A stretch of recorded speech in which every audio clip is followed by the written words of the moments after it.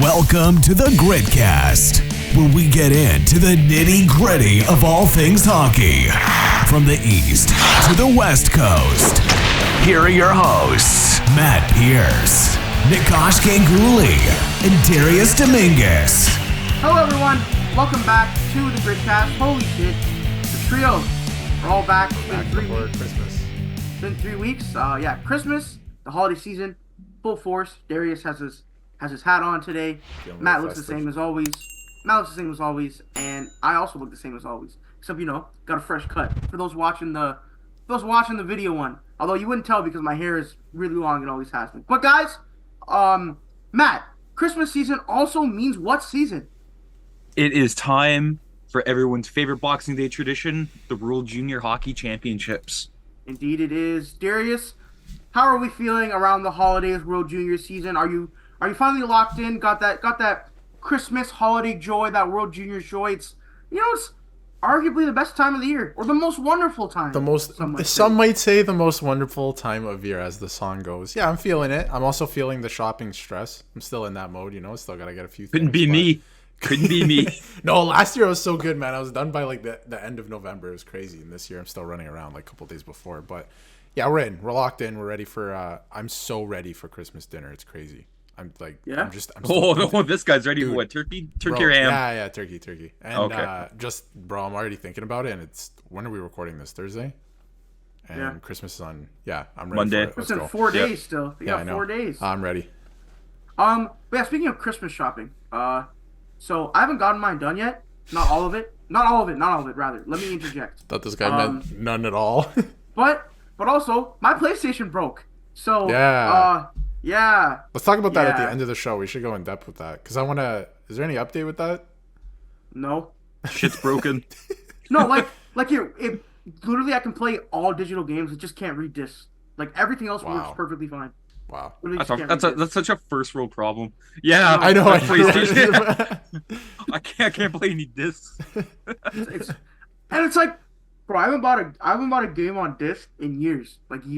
And of course, the 1 year I bought NHL on disc since NHL 20. First year I buy NHL on disc.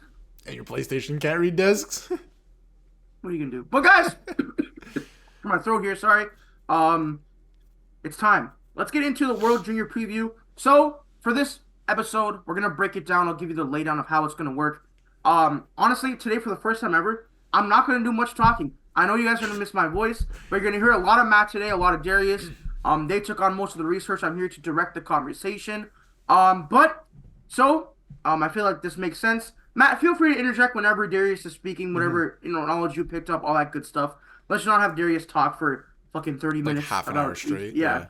So, no, I think we go like team by team, kind of give all of our thoughts, and then we'll go team by team like that. I think it would be easier instead of just like, here is Group A, and then at the end like, yeah. So remember that thing you said about Latvia? Let's go about that. Yeah. Like 10 minutes ago. Yeah. No, so I think. Let's personally, I'm a little checked out of the junior hockey, not even junior hockey, just like the younger. The non-NHL players just yet, the non-pro players just yet.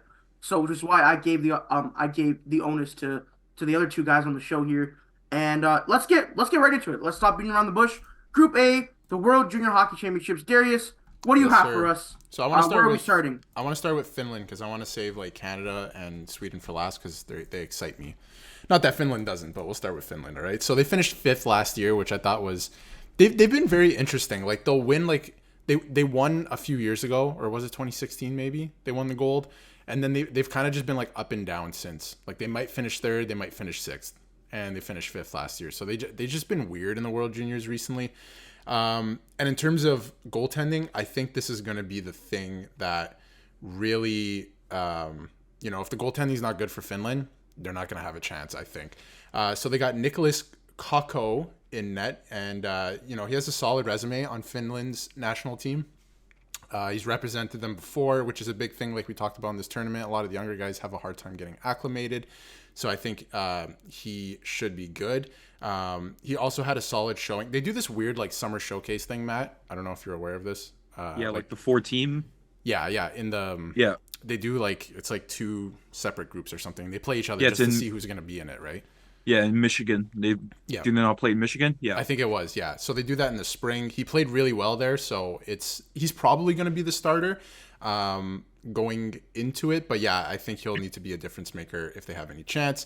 There's a couple other guys like a backup, like Emili Vinny, I think his name is.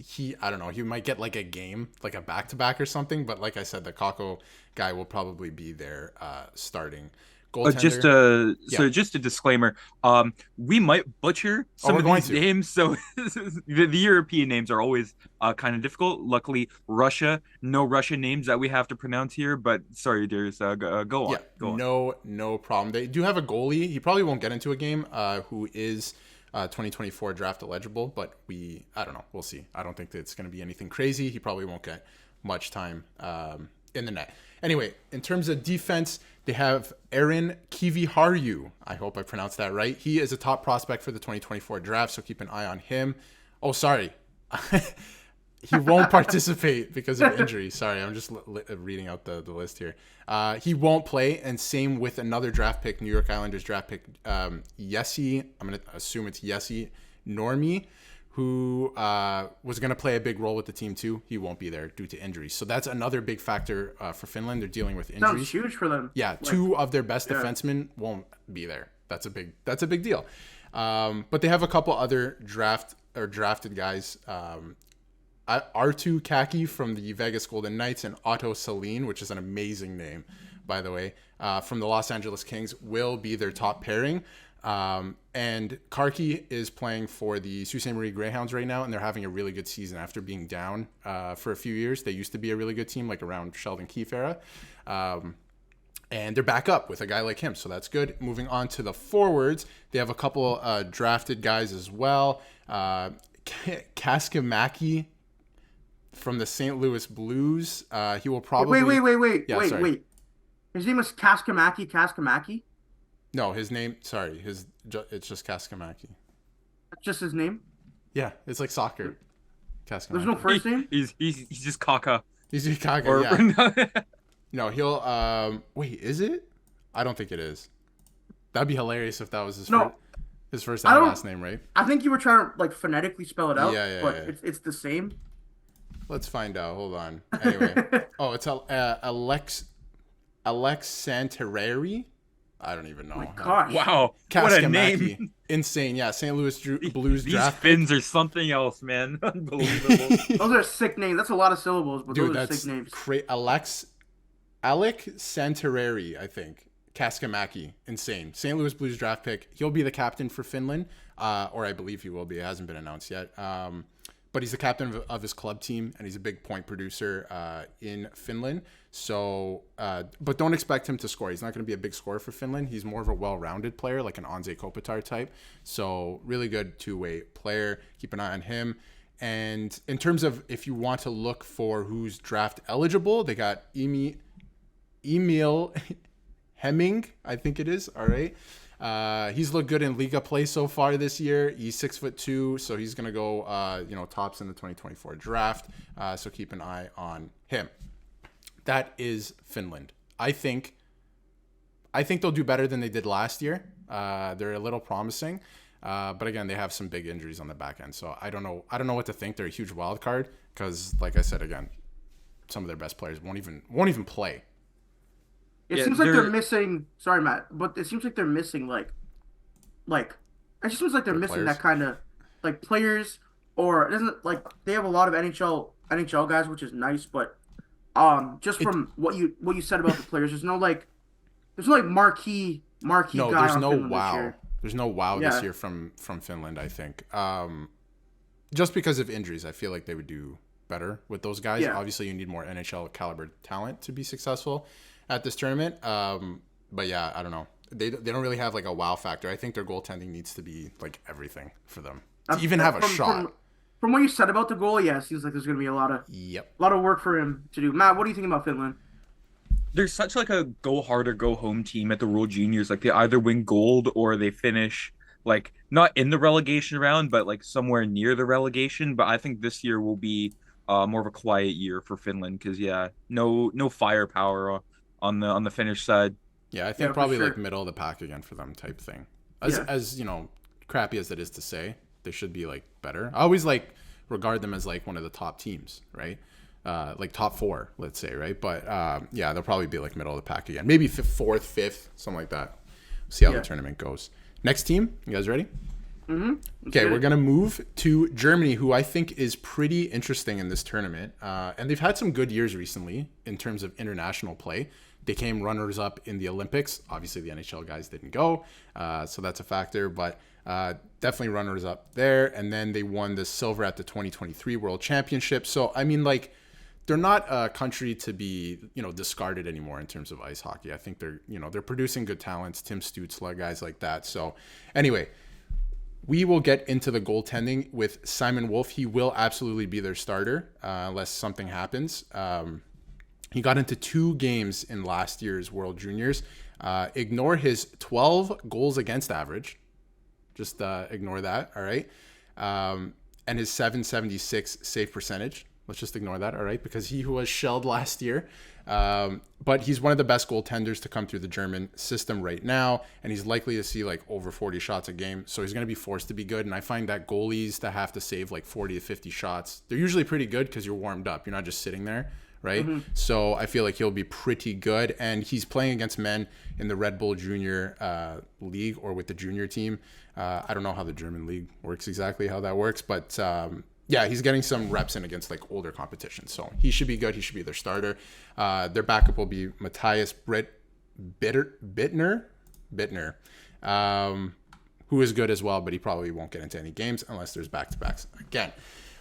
In terms of D-men, this will be the weakest spot for Germany. I'm excited about their forwards just because they have a lot of draft guys who've been drafted. And obviously, the goaltending is good. Couple good two-way defenders. I wouldn't expect too much out of them. But, they got a couple guys in the QMJHL, which I think was interesting that actually play in the same team. They'll be playing on defense together. So that's all right. But I wouldn't expect too much out of their defense.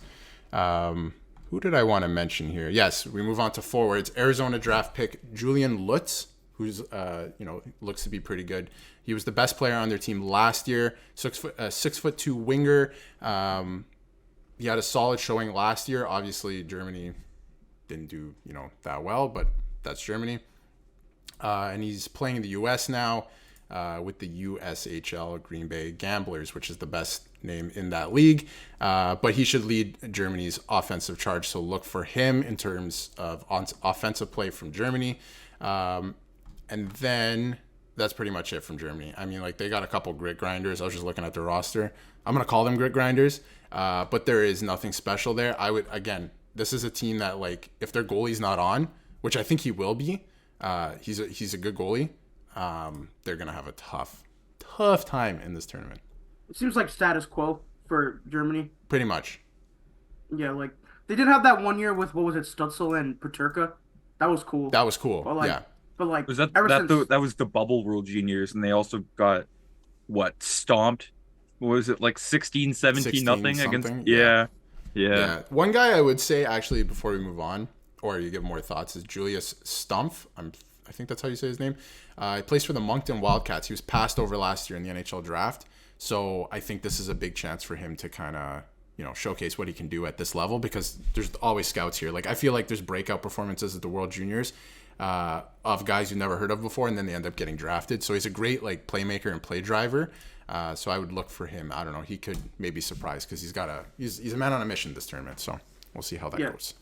Yeah, Germany is always like they're like a mainstay at the World Juniors now, but you don't really expect them to make any noise. No. They'll avoid like relegation, but they're kind of just like there every year now, right? Yeah.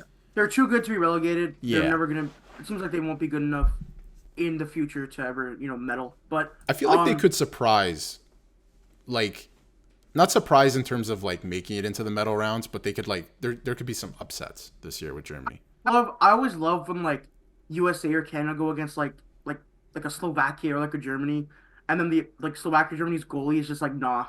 Yeah. I'm not gonna let anything in it. No. And the game ends like 2-1 for USA or something. Those are always the most exciting games. What was 2015? Like Dennis Godla? That guy was Yeah. ridiculous. Yeah. But Darius, that being said, let's move on to Latvia. What do you have for the Latvians this year? So Latvia only got 1 point last year in the World Juniors. I think it was an overtime loss or shootout loss.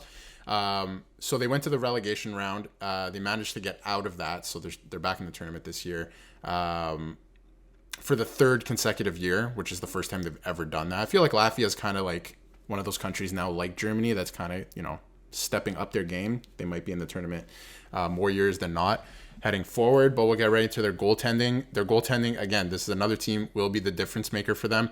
But like, I don't know. They're going to have to win. Like, their only chance is going to be to beat Germany to stay out of relegation this year. I'm going to be honest. And that game is on December 30th. All right. And like we just talked about, Germany also has a very good goaltender. So it's going to be the battle of the goaltenders. That's going to be a game to watch, like who goes to relegation pretty much. Rolovs will be their number one. He's looked good so far. He plays in North America, so he's used to the style of play too, because it's different when guys play in Finland and Sweden, stuff like that. The rules are just a little bit different. And his play is better than the stats suggest, so keep an eye on him. He'll be the number one starter for Latvia. I wouldn't even get into like backups and all that stuff. They have a couple returning defensemen, which I think is huge for them too. A really good Fanenko is a good defensive defenseman, but he has great offensive upside too. He likes to get involved. He plays for the Bay Como Drakkar in the QMJHL. He'll eat a lot of minutes for this team. You'll see him out there. But he's a really good shutdown defender, so I'd keep an eye on him. Another undrafted player, Petrius Bulens. We'll go with that. That's good. That's a good job. Yeah. I don't know. We'll go with that. Peter is Bulens. Peter is Bulens. Yeah, he went undrafted last year. So another guy who's going to want to make an impact, like we talked about their scouts, and you want to make an impact at this tournament. So he'll be there trying to do his best. He's had a good start with Shakutami in the QMJHL, and he'll likely get significant ice time as well on the defensive end. We can move on to forwards. I'm going to try and fly through these teams because, like, I feel like, Vilimanis is having a really good season with the OHL Sarnia Sting. Haven't seen them yet. Haven't come to Mississauga yet, so I will check them out when they come. But he's playing at a 60-point pace, which is pretty good for the OHL. Not bad at all. And he's drafted by the Florida Panthers. So keep an eye on him as well. He'll need to be a leader for this team if they have any chance as well. Like, they need the older guys to step up, so he's going to be a big player for Latvia here. Other than that, they have a couple big boys like Urkis, sure. Mateko plays for the St. John Sea Dogs, 6'4". Eric's Mateko. Eric's, not Urkis, bro. Urkis. Eric's. Come on, man. You were doing so well. I thought I nailed the last one. 6'4". He's a big physical presence. He likes to lay the body. He's quick as well. He's on a 75-point pace in the QMJHL, which is really good too. Although it's a higher scoring league than the other junior leagues. But anyway, he'll probably be relied on to score a lot. And I'm excited to watch him play just because of the type of game he plays. So 6'4". That is Latvia. 6'4" is big, man. Pretty big. Well, not crazy, but yeah, at his age and all that, not like crazy. 6'4" is not crazy. Come on. I think it's harder than you, Darius. I forget what team he plays for, but there was a 6'7" defenseman in this tournament. I'm not sure. I can't remember. Isn't it Maverick Lomoreau on Canada? Yes, that's who I'm thinking of. Yes. Sorry, too many names to remember, but yeah. No, you're good. But not much to say. No. About them, but hey, there's you've highlighted some guys I think that should be interesting. I like not to be biased, but I like hearing about the guys in the Canadian junior leagues that are going to play for the European teams, like Sandis Vilimanis. 60-point pace, it's not bad, but NHL prospect, which is cool, and like you said, 6'4". I don't know much about the Eric's Mateko. Is he draft eligible this year, or was he already passed on? I think he was passed on. No, okay. Sorry, he is draft eligible this year. My bad. That seems like a guy who will definitely get picked. Yeah. Based on what you said. So yeah, that's cool. It's another guy to keep tabs on this tournament because again, these guys, especially second-year players, they want to make a show of it this year because you're getting drafted. You're getting drafted. Exactly. Right? It's a lot of ways for these Latvians or Germans or these kind of players who don't get highlighted as much, like the Canadas, the Swedens, the Finlands, the USAs, to make their name on a national stage. So whether they win or not, there's still some individual objectives to be had at this tournament to earn here. Yeah, exactly. And it's always cool too, because like for Team Latvia, like for some, this will be like the last chance they get to represent their country on the international stage, and some of the players take pride in that. So it's always cool to see them, because you never see countries like Latvia or later on Norway, like I don't want to say like the lower countries, but the countries that you don't expect success from. Those players, they never give up, and it's always cool to see in this tournament. It is nice. That's true. All right, very true. Now let's get into the big two of this group. The big two of this group. Yeah, no, you're right. It is the big two of the group, and probably the team who's going to finish second in the group is next. Ooh. It is Sweden. Ooh. I mean, come on. Nah. Right. Although I have some things to say about Canada. We'll get into it. I'm sure you guys will have some things to say as well. Anyway, nationalist is going to go in on Canada. For the first time since 2014, the tournament is going to be held in Sweden, which I think is pretty significant for Sweden. Obviously, you're playing in front of your home country, so that adds a little bit to it. I think a little bit of pride going into that. So anyway, and last time they lost in the gold medal game. Last time it was in Sweden, because that's when Rasmus Ristolainen scored the OT winner. Oh, that's man, right. Matt, where would the show be without you? Yeah, I know. Where would the show be without you? Who knows? Great honestly. It wouldn't be as good, I'll tell you that. All right. There's your compliment for the year, Matt. Thank you. For the year, it's December 21st. Yeah. Well, with a week left. It renews next week. It renews. I'll take it. He's going to hit a buzzer beater on that. That's crazy. But, Darius, what's up with Sweden this year? Sweden, I'm going to butcher these names, by the way, because they're just so hard to pronounce. But anyway, Sweden rarely has elite goaltending at these tournaments, but they rarely have really crappy goaltending. They usually have middle of the pack goaltending. But anyway, I think that their starter this year, nothing special, is going to be Hugo Havelid. Havelid should get the, he had a good summer showcase at the World Junior Summer Showcase, so he'll probably get the number one spot. If you move on to defensemen, it's pretty exciting for Sweden. Axel Sandin Pellikka, best name ever. Love that guy. Ever. I love that guy. Really good two-way defenseman. Obviously, Detroit Red Wings draft pick. He's an exciting defenseman. He put on a superstar performance at the U18s. Didn't have the greatest showing at the summer showcase, but honestly, I wouldn't put too much stock into that unless you're a younger player, because a lot of these guys really do not care. Not that I'm putting words in their mouth, but it shows on the ice. But anyway, he is an elite prospect, so I would expect elite prospect things from him. We have Matthias Havlid, who's, I think they're brothers, the goalie and him. I could be mistaken, but I'm pretty sure that would be an interesting storyline to keep tabs on. I'm pretty sure they're brothers. He was Sweden's best defenseman at the summer showcase, but again, don't put too much stock into that. He'll probably be a top pairing guy with Sandin Pellikka. And he's a 19-year-old 19-year-old defenseman with a lot of two-way skill. And I think because he's 19, he was technically passed on. So look for him to put on a performance to either get drafted next year or sign a contract in a year or two. The other Elias Pettersson that was also drafted by the Vancouver Canucks is on this team. He's had a kind of so-so pro career, kind of bouncing around, and wasn't anything spectacular this summer. But he was good at the World Juniors last year, so we'll see if he takes a step. Obviously, the name thing and the fact that he's also drafted to the Canucks is pretty funny in my eyes. Elias I can't even. Solomonson? Thank you. Winnipeg Jets draft pick. He played well in the summer showcase as well. And he'll have a decent role on this team, but it'll probably be like a third pairing defenseman. He's like a shutdown guy, nothing special. He's not like the flashy kind of defenseman that we're used to from Sweden. They have a lot of upside on the forwards. I don't even know if I can pronounce any of these Jonathan Lekkerimaki. Lekkerimaki, Vancouver Canucks. They have their entire first line from last year's World Juniors, I think, is returning. So guys, yeah. I have a question. Yep. Does Vancouver like Swedes? You know what?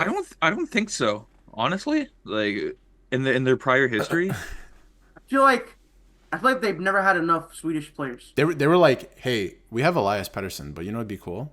Another one. Elias. Another one. Elias Pettersson 2. Two. Um, yeah. So their whole top line is going to be just insane. They also have a lot of depth scoring. David Edstrom from the Vegas Golden Knights. Otto Steenberg, who I remember getting drafted to the St. Louis Blues. They played together at the U18, so they'll probably play together again. So that'll offer some good chemistry and some depth scoring there for Sweden. And then Oscar Pettersson, a bright spot for Ottawa Senators fans if you want to watch him at this tournament because your team kind of stinks right now. He brings a lot of size and energy, and he's a play driver. He generates a lot of chances around the net and behind the net, stuff like that. So keep an eye on them. This team is going to be extra fast. They have some size this year. They're going to be a lot of fun to watch. I don't know if they have like a superstar wow factor, like we were talking about. Maybe Sandin Pellikka. But yeah, they're just a really well-rounded team. They're fast, they're skilled, but don't look for goaltending to save them. I think they're going to have to outscore their problems. Makes sense. Okay, well, Sweden's always a fun watch. They always do good in round robin play. But Yep. Matt, how are you feeling with the Swedes this year? Honestly, I think they have potential to win the group. Like, they're just a well-rounded machine. No superstar. Gary said like the closest thing to that is Sandin Pellikka. But I mean, the Swedes, they're at home. Look for them to put on a show. Yeah. I think them being at home is a big factor, actually. Like, Yeah. they could maybe win the group just like feeding off the energy. It's possible because they're a good team. They're no slouch. Like I said, second place. But I just think Canada's a better team. And with that, let's get into them. Canada, and I know you guys will have a lot to say about this as well. I want to start with, we'll start with goaltending because we know Canada won last year, and they're like a powerhouse every year. So we know all that stuff. We know all that stuff. But they did have some close calls last year. Sure, Two games in the medal round did go to overtime against Slovakia and Czechia. And one of them they relied on a child to get them through. So there is that. But I want to start with the goaltending. They cut, and I thought he was going to make the team because he is the reigning goaltender of the of the year in the OHL, and for my money, one of the best goaltenders I've seen in the OHL at a high level since UPL from the Buffalo Sabres. Dominic DiVincentis, they dropped him. I think that's shocking. Like even as a backup, I thought he would be better equipped than some of the guys they're taking. But anyway, Mathis Rizzo will likely be the starter. He's a 19-year-old. Passed on twice in the draft. He's doing well with Halifax this year. He has a 16-3-2 record, which is great. I didn't realize Halifax was doing that well. He has 3 shutouts, .934 save percentage, which is great. He's, the numbers are there to support him. That he's going to be a good goaltender. He'll be the number one. So great. He's a smaller goaltender, but he moves quick. So I think he'll be fine. Goaltending is not. I think too much stock is put into being like 6'7", 6'6" now. So I think he'll be just fine. It doesn't hurt though. It doesn't hurt. But anyway, there was another player dropped, Ty Nelson from the North Bay Battalion. A lot of people were making some noise about that. I think the reason he was dropped is because Canada has a lot of puck moving options still. I think he was just like a casualty of like them having too many of the same players, and they would rather returning players. Matejchuk, is that how you say it? Matejchuk. He played last year. Yep. Columbus Blue Jackets pick. I liked him last year as well. In the pre-tournament, he's recorded a point in 23 of 24 games played. Obviously, like I mentioned, he played in last year's tournament. He's dominant on puck possession. He's the best player in the Moose Jaw Warriors, and he's going to be Canada's number one defenseman. He's going to be relied upon. So I'm excited to watch him play again. I thought he was really good last year. Another guy I'm excited to watch with rooting interest because of the Philadelphia Flyers. Obviously, Owen Tippett plays for them, and our friend is a fan of the Philadelphia Flyers. Shout out Reed. Oliver Bonk, shutdown defenseman. He'll keep what things a real. name. I know, it's awesome, eh? He'll keep things quiet. And he'll be a depth player. Like, he won't be relied upon for the heavy workload. And, in really, I don't know. If they need a goal, like, they wouldn't rely on Bonk or anything like that. He's more of I think, a shutdown guy, like a really good defensive defenseman. But keep an eye on him, too. I think you'll be excited to watch. Obviously, not returning, Bedard. obviously. No Zach Benson, no Adam Fantilli. I think we expected that. But one thing I didn't expect is Matt Poitras. I can never say his name. Poitras Yeah, from Poitras. the Boston Bruins. It looks French, but it's not. Isn't that weird? Anyway, he was the final player added to Canada's roster, I think, like 2 days ago. The Bruins lended him to Team Canada. He is a really good center, like at a junior level, but now he's doing it at the NHL. He's on pace for 40 points in the NHL. He's played 27 games so far, so it's not bad at all considering the role he's come into, second line center right off the bat. So he should be the most important player for Canada. He should dominate in this tournament, I think, just because he's coming back to play with younger guys like 18-year-olds, 17-year-olds. Yep. So he's been playing, with men in the NHL. It's a different level. On the other side of things, the youngest player on team, Macklin Celebrini, is going to be, he should be one of Canada's better players too. Not, Bedard level or anything, but, obviously top. I think he's supposed to go first overall, right? He's ranked number 1. So, some rooting interest there just to watch that. And, all eyes are going to be on him because, the comparison is going to be there. They're going to make a story out of it. Is he going to be as good as Bedard or have a Bedard-like impact? So I think it'll be, interesting to keep an eye on. I haven't really watched any of him at all either, so this will be my first look too. So I'm excited for that. But yeah, Canada, they're going to be strong. They got a good, really well-rounded team. I was kind of surprised with a couple of the guys they left off, but I don't know. They win a lot of gold medals, so I feel like the staff know what they're doing. I got a question for you two, Yes. Nick and Darius. Fraser Minton and Easton Cowan. Yes, I How knew we were excited gonna get it. how excited are you to see these two lead prospects wearing the maple leaf, the red maple leaf before they wear the blue maple leaf? That's right. Oh, nice one, Matt. Nice one. Well, I mean, Fraser Minton actually got into some NHL games this year. Yeah. Long forgotten about. I do want to say quickly, still doing renovations on my house, so you might hear that a little coming through the microphone. I apologize right now. But Fraser Minton got into some games. It didn't look the greatest, but I think it was kind of clear that he wasn't ready. Mm-hmm. So he's going to be a decent player for Canada. I think he's more well-rounded, not known for his goal scoring or his playmaking, but well-rounded player. Easton Cowan, though, I'll preface this for you, Darius. Just a dog, straight dog. Yeah, I feel yeah. like. Darius, what have you seen from Easton Cowan this year? Easton Cowan, okay, like he was good last year, right? This is the whole thing about him. He was good last year. And then the Leafs drafted him, and everyone's like, why would you draft him in the first round? And then he came back to London. I don't know what he ate. I don't know how he trained in the summer, but this guy's a different animal this year. Like, last year he had 53 points in all 68 OHL games, and this year he already has 39 in 23. Like, it's just, I don't understand what's going on. His skating's unbelievable, too. He's really worked on that. He's just a dog, and the type of player he is, like, he doesn't take shit from anybody. So I think he's going to be a really good fit for not only the Leafs, but Team Canada. I'm excited to watch Cowan more just because I know what we have in Mitten, if that makes sense. You know what I mean? Because Mitten played at the NHL level, and I kind of knew he was going to, like, he had a spot on Team Canada just because of his age. He has NHL experience. He's a more well-rounded player. Like, you have all these offensive guys if you're Canada. I don't know if you have that many good defensive centers who are very well-rounded. So I'm excited for Minton as well. He's a good player. He's going to be good for the Leafs. But like we said, Easton Cowan, like, just stupid what he's doing with London this year. Like, out of nowhere, really. Like, you kind of develop these guys, and over the course of 3-4 years, then maybe they'll make the AHL, whatever, in the NHL. But no, like, he shot out of a cannon this year. He's going to destroy his point totals from last year, and I'm excited to see what he does at the World Juniors. Because it's for Team Canada. He's, representing his country. I think it came out of nowhere. Nobody had him on a Team Canada roster to start the year. Like, if you look at September's, whatever they call it, preliminary roster or whatever, nobody had this guy on the roster. 0. So good story for him. No, for sure. I think you're looking. It's fun for Leafs fans, especially. It's been a long time since we've had players like this. Mm-hmm. But guys, it's I feel like it's a 2-horse race between who is gonna win this group.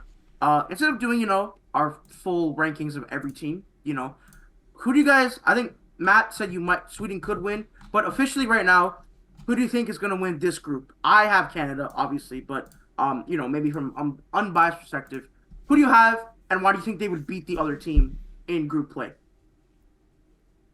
Oh, Matt, go I ahead. have Sweden.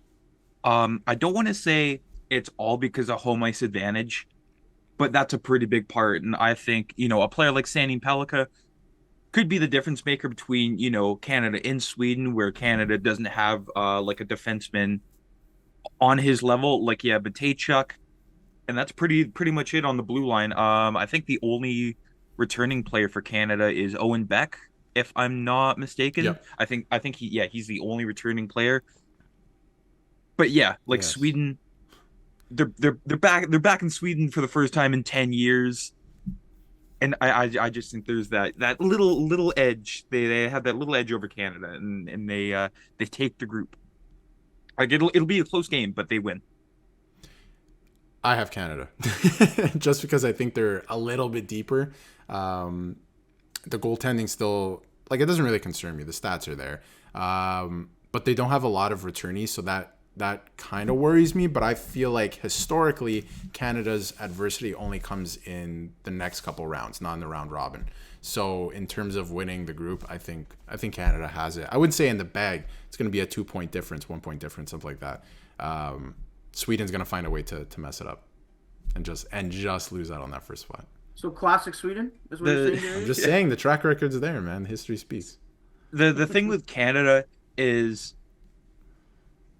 like, if you're ever concerned, it's very early on in the tournament. It's not later on. There's 2014 in Sweden. They lost to the Czech Republic or Czechia in the game, and it just sort of snowballed from there. But they have to go out like good start if they want to, finish strong. Yep. Ideally. But ideally, Matt, yes, it's your time to shine, buddy. Let's get into the second group of the tournament featuring the United States of America. We'll get into them whenever Matt so chooses. But Matt, let's get this going. What are you seeing? What's your overview of Group B before we break down each team here? Overview.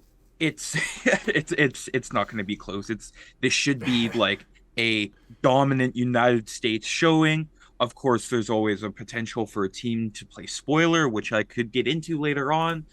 But let's get into Czechia, the silver medalists from last year. A few notable absences. No Thomas Sukanik. Obviously the biggest challenge because he had that 53. What was it in the gold medal game? 53 save performance. Mm-hmm. I'm fairly certain. I could be wrong. I probably am. But Michael Harabal takes the reins this year coming into the tournament. He has a 9.05 and a 2.67 with UMass. Obviously, stats aren't everything when it's the team in front of you. And Yuri Kulik returns this year. And Czechia is sort of riding the momentum off of last year. They always bring a big team. They're not, you can't roll over Czechia like you did in prior years. And Adam Yursek makes his tournament debut. Yursek. I forgot which one it is. Following in the footsteps of his brother David. And I have here tournament dark horse. Yes, I have them as a dark horse as they push both Sweden and Canada to the brink last year, and they even beat Canada on Boxing Day last year. I think it was 5-2, so it was not close whatsoever. And they seem to construct rosters that, just frustrate the opposition. Yeah, they're always a thorn in everyone, all the big, or the favorite country's side. But yeah, Matt, from the players you listed, maybe this is typical every year with Czechia. Not too much happening here. Adam Yurchek maybe someone to watch, but yeah, not really too much going on for me. Yuri Kulich though, I think what is he, a Buffalo prospect? Yeah. Yes. Buffalo fans are high on him. A lot of prospect people I follow on Twitter also pretty high on him. He should be their guy, like you said. But yeah, other than that, not too much going on name value wise. Czechia gets some people, every few years. Yuri Kulich seems like a guy who's going to be really good. But Darius, anything specific you're seeing from Czechia heading into this year's tournament? I think after especially like the last few years, especially last year, I think they're more than just like a thorn in the side of the higher ranked countries, let's say. I think they're really here to play, and they put a good system together. Obviously, they don't have the name value, but I think going forward, like they're going to be a good team. They're going to be hard to play against. So I don't know. I'm excited to see what they do at this tournament because they surprised me last year. It was kind of a really nice story that they even finished second and almost won. Like it went to overtime. It wasn't a blowout or anything. So I don't know. I'm excited to watch them again this year. I think they'll be a dark horse. They can kind of surprise again. There's a question for you. There is a Mississauga Steelhead Czechia, Adam Zidlicki. Yeah, I'm excited. Tell me what you know about him. So Zidlicki, he is so what? I forget that you're chuckling, but this guy didn't even start talking about him. It's interesting. He is. I think he could have played for America too, because he technically has an American citizenship because he was born there. His dad played for the Devils, I think, when he was born. I can't remember exactly. Merrick Zidlicki? Yeah. Is that what we're talking about? Yeah. So that's cool. Best name ever. I used to trade for him all the time in the old NHL games. Anyway, so his son Adam plays for Mississauga Steelheads. He's a really good two-way defenseman. He's nothing special like playmaking wise or scoring. Definitely not scoring. Like, he'll chip in for a few goals here and there, but definitely like more of a playmaker. Love his speed, love his physicality. He's not afraid to get in there on the forecheck and kind of rough it up a little bit. So I don't know. It's gonna be fun to watch him play too. They're missing him in Mississauga big time the last few games because he plays a really big role as a centerman.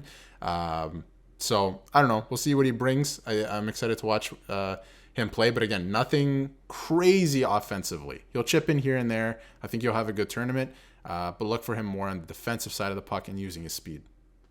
Cool. No. All right, yeah, nothing really to say. But Matt, one of the I wouldn't say more interesting. Always fun to see a country like this get in. Like, no matter how often they are. But Matt, what is going on with Norway? Your first point here is they'll probably be relegated again. Yeah. So, not nothing too crazy going on with Norway, but Matt, what are some of the highlights people can see if they turn on a Norway game this year's tournament? It's not so much highlights. It's more of a highlight. There's only one player ranked in the top 15 to 20 prospects for the 2024 entry draft, and that is Michael Brandsegg Nygaard. He currently plays for Amora in the Swedish Elite League. 22 games, 6 points as an 18-year-old. 18-year-old in the top flight of Swedish hockey. That's nothing to laugh at there, especially because, like, Norway, you don't see many Norwegian players, in the top 20. Like, where did Mats Zuccarello go? Certainly not top 20. Man, you should know this. I should. I'm failing both of you. I'll look it up. Keep talking. All right. They have 14 players returning from the Division 1A World Juniors last year, which is the division obviously below the World Juniors when they got promoted. Went 5-0. The chemistry could remain there against tougher opponents. And in net, I had to mark this out. Marcus Rohnbach Stunsrud will be called upon in net, and he's 5'9". So it'll be a challenge. They say height isn't everything. Short kings unite, but it'll be very interesting because Norway, it'll be that Grandpa Simpson gif where he walks in, grabs his hat, puts his hat back, and walks right out. I mean, Norway will just be there for the vacation, the short flight over to Sweden. Zuccarello was undrafted. He was undrafted. Okay. Yeah, so you know what's great? No, because I went to 3 websites and it's like, dude, I can't fucking find it. And then I just wouldn't say. I was like, I guess he's undrafted then. Yeah, undrafted. So Matt, we're kicking him off the show. All right. Well, he wasn't top 20. He was right. No. Yeah, he wasn't. I got you. He thought he was drafted. He thought he was drafted. He's a fraud. I thought he was drafted. You're a damn fraud. But Matt, Norway, I think we can quickly brush over this. Nothing really. Most of this group, like, other than the United States and Czechia, like, it'll be like the United States. Obviously, like, you can just put them in first right now. Like, that is a guarantee. Matt, that the other 4 teams will battle it out. Let's move on to the next team, Slovakia. I know you said there's not a lot of stuff going on aside from the Czechians and United States. Slovakia has some names, man. They have some names. Now talk about them. Who do they have? Some returning names. They have Dalibor Dvorsky, or I don't think he's returning. I think this is his first year, but he is a top-rated prospect. Philip Masar, Samuel Honzek from the Calgary Flames, Adam Gajan, which was the 34th overall selection from the Blackhawks last year. But no, there's 2 notable names, or one notable name, and the other one's just there. No Simon Nemec or Uraz Slavkovsky. But I don't think Slavkovsky would have made a difference anyways, right, guys? He probably would in the junior. This is where he should be playing, actually. he's just out there for a skate. I don't You care guys are how many crazy. Habs fans tell me to watch the games, and I'm watching them, and I'm not seeing anything at all. I want to touch on, because I know we're gonna skip past Slovakia pretty quickly. I just want to touch on Philip Misar quick. Yeah. So obviously, he's played like bounced, not really bounced. He's played a few games in the AHL over the last 2 years. Anyway, Montreal, I guess, found it was better for him to be in the OHL. Sent him back again this year. He had Wow, they actually do that with prospects? they with some of them. He had 51 points in 52 games in the OHL last year. This year, he already has 32 points in 20 games, and he's lighting it up for the Kitchener Rangers, who surprised in the playoffs last year. This is a very good player and someone I would keep an eye on. And Sorry. yeah, no. Sorry, I thought you were finishing your thought. No. He has a little bit of that wow factor. So take a look at him. And then Matt also mentioned Dvorsky, first year with the Sudbury Wolves this year. I got to take a look at him earlier this year as well. 20 games so far this year, 34 points, which is pretty good for an 18-year-old forward in his first year in the OHL, because there is a difference in play between that and European leagues. So not bad at all. And 10th overall by St. Louis, going to be a really good prospect for them. Looks like he can play center and wing. Dalia Dvorsky, he gave it a shot in the SHL. Didn't look like he was able to produce there. -6, 0 points in 10 games. But he was just doing like cardio. like you said, Darius, he is over in Sudbury now, and he is lighting it up. Already 18 goals, almost at a goal per game pace. 18 goals in 20 games, and on pace for 97 points. So, like you said, Matt, thin roster, but I think between Philip, is it Massar or Masar? I think Masar. Masar. Okay, I went Misar. over to Okay. Misar. We just gave 4 pronunciations. That's I've heard I think we turned him into Jar Jar Binks. but between him, Hanzig, Guyon, and Dvorsky, that's 4 really interesting names to me. I think 4 guys that are gonna have to carry a very, very, very big load on their back, and without notable names like you said, Nemec or Slavkovsky. It's I think I said this was Dvorsky's first World Juniors. I was wrong. This is his third. So more fraudulent activity on my behalf. Wow, look at this guy. I don't know anything about this sport, but yeah, I mean Slovakia. It'll be a fight between Czechia and Slovakia for that second spot in the group. Yeah, unless Slovakia pulls another upset, because they beat the state 6-3 last year, I do believe. So they must have sent Dvorsky over when he was 16, 17, and so he was 16 or 17, 18, and 19. So it's so wacky whenever I see in the World Juniors like teams. Yeah, they have 9 16-year-olds on this team, whereas on Canada you don't see that like ever. Like Bedard and Gretzky were the only 2 16-year-olds that I know were on Team Canada, unless Crosby maybe. McDavid didn't make it as a 16-year-old? No? No, I don't believe so. Did. No. 2013? No, he would have been 16 in 2013. Yeah, so 3. Okay, so Bedard, Gretzky, and McDavid. Pretty mid players. Bums, yep. Pretty mid players. But Matt, that's enough on Slovakia. Let's get into Switzerland, Matt. Not a whole lot happening here, but actually, I have the most written out of out of the group. I have more written about them than the United States, because Swiss hockey, honestly, I kind of love it. You can never count out the Swiss. I have here historically known shit disturbers at the World Juniors. One year they knocked out Russia in the quarterfinals. I believe they beat they beat Sweden in 2019. Welcome to the Gritcast, where we get into the nitty-gritty of all things hockey. From the East to the West Coast. Here are your hosts, Matt Pierce, Nikosh Ganguly, and Darius Dominguez. Players on the offensive side is Miles Mueller. He's put per game with the Moncton Wildcats, and he will bear most of the offensive outputs. And they will rely on their blue line to stop the bleeding. They have an Anaheim prospect, one of the 600 Anaheim prospects, Rodwin Dionisio, and Nick Mille back for his 3rd tournament, but they will be missing Leon Bixel. He was... Is it Bicel? I heard Bixel. You might be right. I don't know. I might be right. I also might be wrong. Half the time, 90% of the time, I am wrong. He's playing with the Texas Stars in the AHL. Dallas draft pick, where Dallas just seems to be hitting on every single one of their draft picks, which is sickening to see. But yeah, I mean Switzerland. I have another name here, Danil Ustinkov. What a name. He's a player to watch. He's right now playing with, I believe, SC Bern in the Swiss league.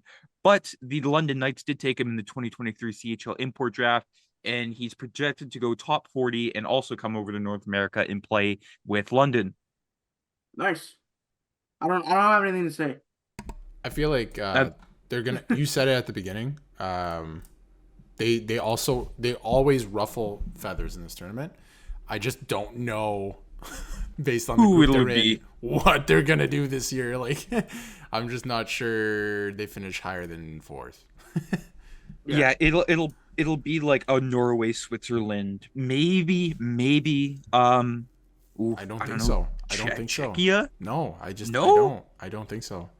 You think it'll just be like Norway getting relegated or being sent to the relegation round? Oh, for sure. Yeah, Norway, yes. But you think like Switzerland's good enough where they don't have to worry about Norway? Oh yeah. No, they're definitely better than Norway. I just don't think they're better than Czechia or Slovakia. Oh no, absolutely not. Yeah. No, but I would say they're pretty safe in that fourth. Like they'll avoid relegation. Yeah, they'll be back next year with a better team. Probably not, but right. Hopefully, I get tickets to that relegation game. That'd be nice. That's a deep cut podcast lore there. Anyway, I also wanted to make a correction. I did some research while you were talking about. Am I wrong yet again? I don't think Connor McDavid played on that 2013 team, man. He's not on the roster. Sorry. I meant like the 2014 team. Okay, I was wrong. Like team. Yeah. But he wouldn't have been 16, right? Wouldn't he have been? When you get drafted at 18, that was 2015. He was on the 2015 and 14 team. He would have been 17, so he would have been 16 in 2013. Fuck off, Wikipedia. Because he's a 1997 born, so he would have been 16 in 2013. Yeah, and then he wouldn't have been 17 until January 2024 or 2014. So literally right after the World Juniors, he would have turned 17. Yeah, so he was because right after the 2015 World Juniors, that's when he turned 18, and that's when he was draft eligible. Okay, understandable. The math cast, everybody. So he wouldn't have even been able to. Wrong. He wouldn't have even been able to be on the 2013 team then. He would have been like 15. that was my fault. All right. Yeah, so both of you are wrong. Both of you stupid, me usually right. The 2013 team, that one. Didn't Canada shit the bed in 2013 too? They have a lot of great name value on this team.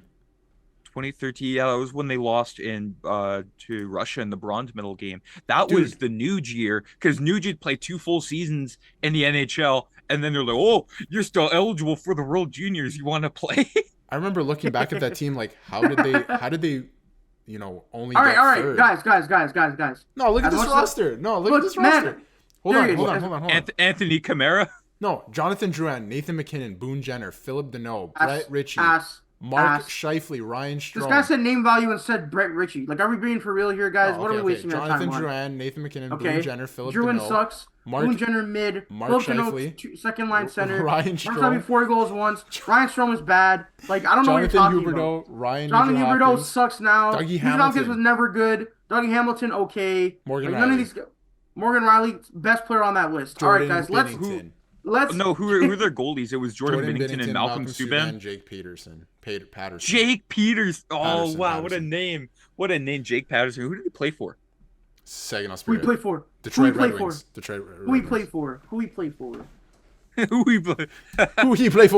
Okay. But anyway, after our 2013 World Juniors flashback, discourse, we now move on to the United States. And I'm going to say it right here, fellas. I have them entering the tournament as favorites. And I will tell you why. Trey Augustine returns as the starter net. Jacob Fowler backs him up while they remain incredibly deep with players like Lane Hudson, Habs draft pick, Rutger McGroarty, Jets draft pick. I don't know. I was going to say Jets, Habs. And also the greatest name ever. Rutger McGroarty? Yeah. Yeah, he's back from injury. He plays at the University of, I believe it's Michigan, I want to say. Yes. I don't know what his injury was, but apparently at the time it wasn't good. But now he's better. He's skating. Scouting reports have said he doesn't look injured. which is okay. Cutter Gauthier, which is a Flyers draft pick. Jimmy Snuggerud, I believe Blues draft pick. I think it's the I Blues, yeah. believe. He was Yes. he was on that line with Nyes and Cooley. Oh, Minnesota. in Minnesota. Minnesota. Yeah. Seamus Casey, Devils draft pick, and Will Smith, who is a Sharks draft pick. I Well, mean, dude, Will Smith is a fucking dog, bro. this team is scary, and if they, I put in our chat last night, if they don't win this group by more than 3 goals every game, like I will be shocked. Some other names, some draft eligible, or in a few years he will be draft eligible, 2025, which is a hell of a name. Zeev Boyem looks to increase his draft stock. He's American? It's spelled Buium, but it's pronounced Boyem. I don't know how, but honestly, kid, Wow. props to you. That's 25 awesome. points in 18 games as a freshman at the University of Denver, and gold or bust. Like, run through this group with ease. Take on the 4th place team in Group A, whoever that is, and just run the table. This American team is ridiculous. They suck. They're they're gonna run through this tournament. Oh, They're undoubtedly gonna run through so. this tournament. I feel like they're so good. They have so much name value. Forget the name value. They just have really good players. You didn't even mention goaltending, which is not a weakness. I of theirs did. either. I did. Sorry. Trey Augustine. I was not. That paying was my attention. first point. I guess I wasn't paying attention. Sorry, Matt. Definitely not a weak point for theirs either. This is a good freaking team. They're gonna roll over the whole tournament. And Yeah. I've got a question for you guys. This is sort of related to the United States team, but I have here is the United States national team development program the best development program in the hockey world? No. Yes. No? It is. No? Honestly, Matt, I have no idea. No, it is. Probably. It is, and I'll Seems tell you like why. it. Because they're taking that shit seriously. Hockey Yeah, Canada is like falling apart, obviously, due to off ice stuff, but also the on ice stuff. They I don't know. I just feel like their program is not, centuries. We moved into the new century, and they're still just like in the. How the did we 90s. develop goalies? Yeah, Why are our like, we goalies have- so bad? Why do we have no goalies all of the time? And like decades go by and they don't like change or fix anything. I feel like they might be doing some stuff now, adding in new staff, bringing in new people, but like nothing really changes. And the U.S. is taking this shit like very serious. Like they want to win gold. They want to have the best junior development program in the world, and I think they do at this point. Like I think we're kidding ourselves just because we're Canadian. I think we're kidding ourselves if we say they don't. They do. Well, you can also kind of see it like when you look at Olympic projections. Yeah. Like who's on what team. It's like, dude, fucking U.S. is crazy. Yeah. Yeah, if Zach Hyman is your first line winger, like no offense to Zach Hyman, but come on. Zach Hyman having a good season though, but yeah. He is. But I mean, but- first line winger. Well, come on. When you're looking at like Matthews and then the two Kachuk brothers on his wings, you know what I mean? Yeah, that's your first line. That is your first line. Or Let's go for the next even three. in net too. It's like, yeah, our trio is Thatcher Demko, Connor Hellebuck, and Jake Ottinger. Meanwhile ours is what, like Stuart Skinner, Tristan Aiden Jarry. Hill. Tristan Jarry. What's he That's gonna the do? starter. Score a goal in the Olympics? Like, That's a starter. That's the Not starter. It's not great. It's not great. yeah, like development wise, like the United States, as much as I hate to say it, like Canadian nationalism, like it's ridiculous. This is almost on par, like not military wise, but like with the Soviet like Red Army back in the 70s, where they had everybody, like you are one cohesive unit from the time you're 5 years old until you're 20 years old. These are the only people you will ever see in your life, and it's like it's ridiculous, just the level of development and how much they've surpassed Canada and other countries. It's true, man. It's so true. Yeah, of course. I don't know if they're the odds-on favorites to win the tournament, but looking at the roster, I feel like they should be. Should be. They should be. My only thing is, looking at this, there's not a lot of guys who like were in the NHL this year who are playing in the tournament. Like you have Poitras, but it's like Minton played a few games, but I feel like more like in some other years we get guys who are loaned from NHL teams at this Yeah. time of year. It doesn't seem like it happened as much this year. I don't know if that's just me. I feel like it hasn't happened in a few years. Yeah, I want to say I want to kind of pinpoint when it happened, and it was the 2021 World Juniors, the pre-tournament game where Kirby Doc got hurt.